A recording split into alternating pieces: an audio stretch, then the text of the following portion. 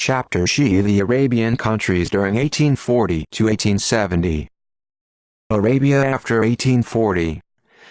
After the Egyptians had withdrawn from the Arabian Peninsula, the country was again split up into a number of regions.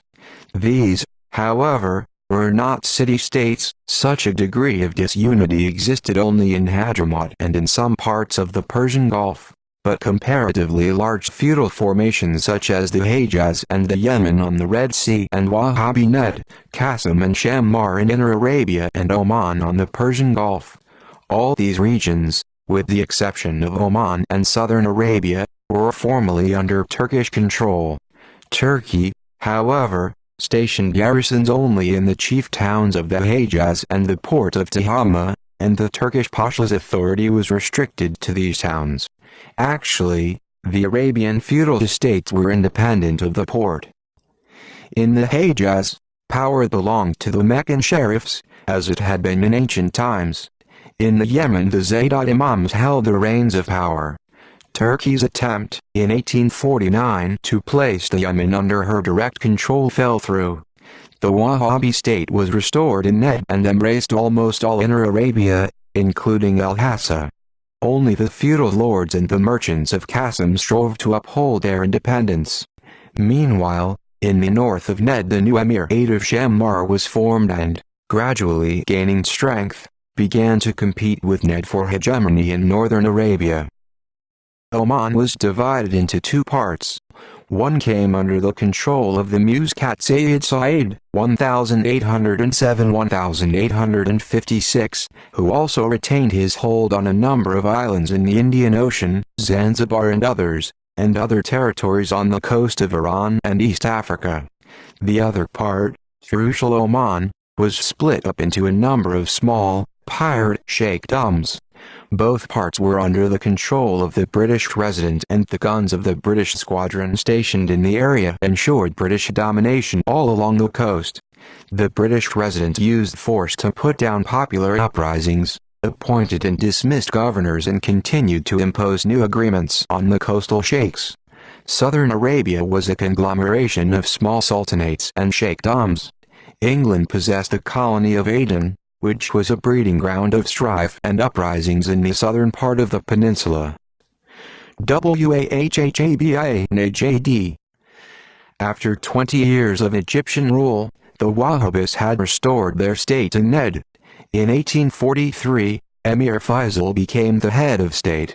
Since 1838, he had been a war prisoner in Egypt, but had then fled to Damascus, where he masqueraded as a theological student. When the Egyptians withdrew, he returned to Riyadh and with popular support regained power. Within a comparatively short time, Faisal restored the emirate, which had virtually begun to disintegrate. True, it was still far from being as powerful as it had been in the past. In 1846, it even acknowledged Turkish suzerainty and undertook to pay an annual tribute of 10,000 thalers. Nor were the former boundaries of the Wahhabi state restored. The Riyadh emir controlled only Najd and Al-Hassa. The attempt of the Saudi dynasty to regain power in Qasim led to a protracted struggle with the Hejaz. The prospect of Wahhabi domination in this important trade center of Arabia did not appeal to the Meccan sheriffs. The merchants of Qasim were also opposed to Wahhabi power. They had gained control of a significant portion of the increasing trade between various regions of Arabia and the neighboring Arab countries, and were rapidly enriching themselves. Qasim's commerce with Medina and Mecca on the one hand, and with Najd, nay, even with Damascus and Baghdad, on the other hand, wrote the distinguished British traveller Palgrave, who visited Inner Arabia in 1862–63, has gathered in its warehouses stores of traffic unknown to any other locality of Inner Arabia, and its hardy merchants were met alike on the shores of the Red Sea and of the Euphrates, or by the waters of Damascus. Palgrave, Personal Narrative of a Year's Journey Through Central and Eastern Arabia, London, 169, p. 117. The merchants of Qasim were oppressed by feudal extortions and the rigorous customs of the Wahhabi state, and wanted their city-states to be independent. With the he of the Meccan sheriffs, the inhabitants of Qasim successfully repulsed all the Wahhabi campaigns. In 1855, Faisal Eve acknowledged the independence of Anaiza and Buraida. Further attempts by the Saudi dynasty to conquer the towns of Qasim achieved almost nothing. Only occasionally were they able to exact a certain amount of tribute. In eastern Arabia, the Wahhabis met with British opposition. Twice they attempted to regain their former position on the Persian Gulf, 1851–52, Western Oman, 1859, Qatar, and twice they were repelled by the British fleet. After the conclusion of the Anglo-Najd Treaty in 1866, the Saudi family abandoned its attempts to extend its power to Jerusalem, Oman and Bahrain and restricted its activities to these areas to tribute gathering. An atmosphere of bellicose fanaticism pervaded the Wahhabi state. Religious intolerance had reached its highest pitch. A special tribunal of zealots was set up in the middle of the 19th century in Najd to mete out strict punishment upon all who violated religious laws. The guilty were fined and subjected to severe corporal punishment. The new Wahhabi state lacked internal cohesion. The central power was weak. The tribes fought not only against one another, but also against the emir. After Faisal's death in 1865, feudal and tribal separatism was aggravated still further by the continuous strife between the dynasties. Faisal had divided Najd among his three eldest sons, and on his death a fierce struggle ensued between them for supreme power. The struggle for the throne and internecine strifes further weakened the already tottering foundations of the Wahhabi state. The emirs of Shammar, who were competing with the Saudi family for supremacy in northern Arabia, did not fail to take advantage of the critical situation. The Turks followed their example by seizing Al-Hassa.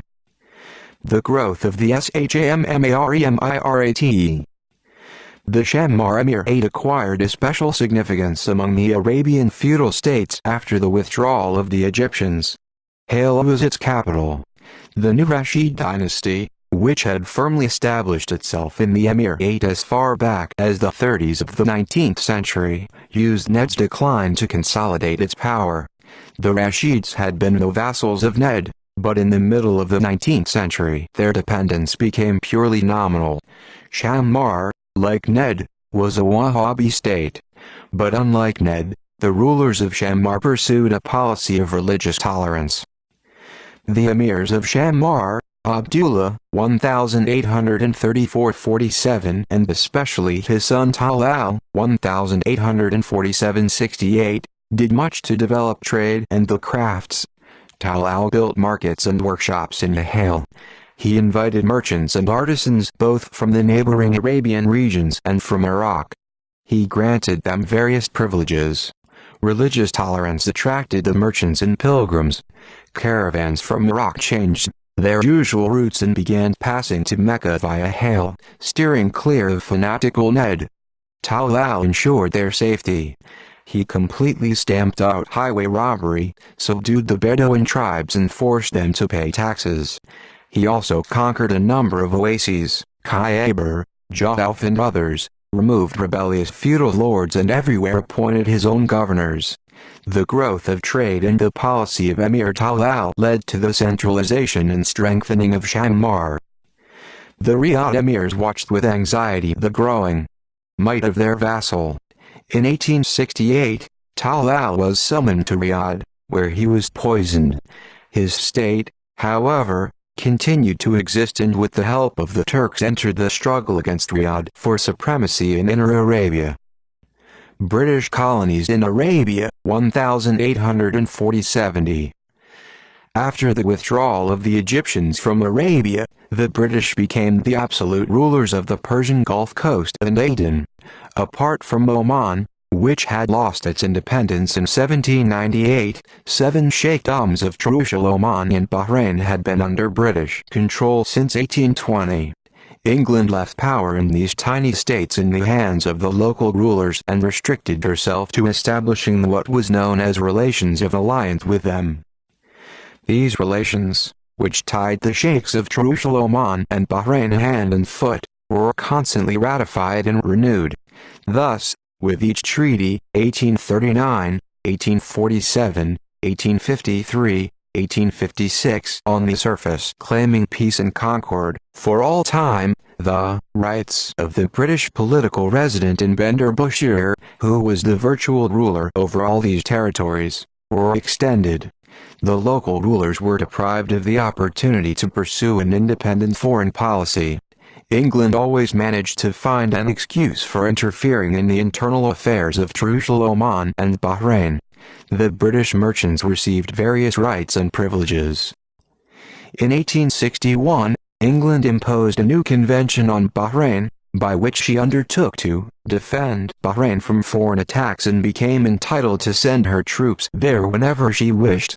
The convention actually meant the establishment of a British protectorate over Bahrain. The British expansion in the Persian Gulf met with the open resistance of Turkey and Iran, who laid claim to a number of territories. In 1868, England came near to establishing relations of alliance with Qatar, but 3 years later was compelled to yield the Sheikhdom to Turkey. France threatened British positions in Oman. England's most reliable ally in Arabia was the Muscat Sayyid, whom the British political agent had well in hand. Under the pretext of joint suppression of piracy and the slave trade, England imposed on him a number of new unequal agreements, 1839 and 1845, which strengthened the relations of alliance between England and Oman. As far back as 1834, the British had forced the Muscat Said to surrender to them the Kuriamuri Islands. In 1857, they seized Perim Island, which was annexed to the colony of Aden. In 1856, Said, the governor of Muscat, died. The British intervened in the ensuing dynastic conflict, and in 1861, at the proposal of the Viceroy of India, Lord Canning, they divided the huge domains of the Muscat Sayyid between his two sons. Oman gradually lost its domains on the coast of Iran. In 1868, Bandar Abbas with the adjoining coastal strip went to the Persians, went to the eldest son Thuwaini, and the coast of East Africa and Zanzibar, which had been a part of Muscat ever since the end of the 18th century, went to the youngest son, Mahid. This division weakened Oman and later facilitated the British seizure of Zanzibar and control over Oman. In the middle of the 19th century, Oman became the object of Anglo-French rivalry. In 1846, France concluded a commercial agreement with Oman, similar to the Anglo-Oman Trade Treaty of 1839. In 1861, she objected to the partition of Oman into two parts. The Anglo-French conflict ended in a compromise. On March 10, 1862, in Paris, England and France signed a joint declaration, granting independence to Muscat and Zanzibar. Thus France had reconciled herself to the factual partition of Oman. England acknowledged the illusory independence, but her actions belied her words. In the space of 10 years, 1862–71, a wave of uprisings swept Oman. The great mass of the people were rebelling against the new Muscat Sultan Thuwaini, 1858–66, whom they regarded as a British protégé. They were supported by the Wahhabis, who strove to restore their former power in Oman and even collected a regular tribute from many towns and districts of Oman. England openly interfered in Oman's affairs despite the declaration of 1862. She supplied Thuwaini with guns and ships to deploy against the people, and her fleet shelled the hostile towns. She ordered the sheikhs under her control to support the Sultan, and, when Thuwaini was killed, she rendered the same assistance to his son. When Thuwaini's son was banished from the country, she helped his younger brother to suppress the popular uprisings and install himself at Muscat. The British troops in Aden lived almost in a state of siege. A series of uprisings flared up in southern Arabia against the interference of the British authorities. In 1840, an uprising, backed by the Lahi Sultan, took place in Aden. It was put down, but in 1846, the Arabs attacked again. Upon his accession to power in 1849 in Lahey, Sultan Ali demanded the return of Aden. In 1858, he sent his troops to fight the British, but was defeated in a battle near Sheikh Othman and compelled to acknowledge British rule in Aden. In 1867, the British undertook another expedition against the rebellious tribes of southern Arabia, who refused to acknowledge the seizure of Aden.